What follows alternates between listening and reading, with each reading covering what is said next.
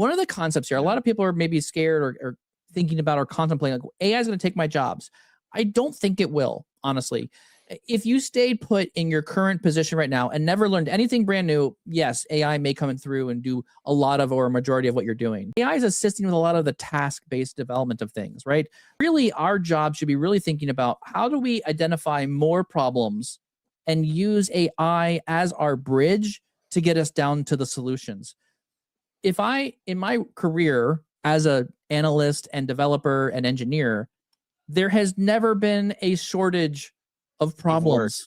There's Yes. always something else that's there. I think on the one hand, I've been building more than ever and having more joy and fun than ever.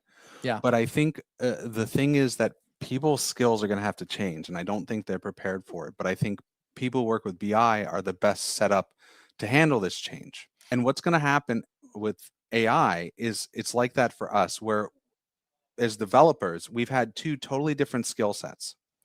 We've had the coding and data modeling and logical skill set, and then we've had the emotional intelligence, requirements gathering, problem solving. What you're going to find is that whenever you no longer have to do all the typing yourself, you have to learn these other skills. I think you need to be ready to shift the skill sets.